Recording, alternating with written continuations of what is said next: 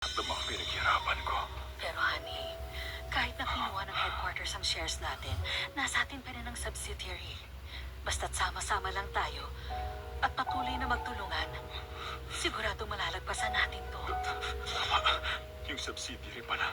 Oo, kung mamamanage natin yun ng maayos at makuha ang atensyon ng headquarters, pwede pa nating maayos to. Oo, tama ka. Mabuti na intindihan mo. Ito, uminom ka ng gamot. Si Nancy mukhang nabigla talaga. Pupuntahan ko lang siya. Sige. Kuya, bakit ginawa sa akin ng headquarters to? Hindi ko to kasalanan. Kasalanan ni Linda to. Nancy, ngayon tinakwil ka na. Mas magiging masaya ako. Ano?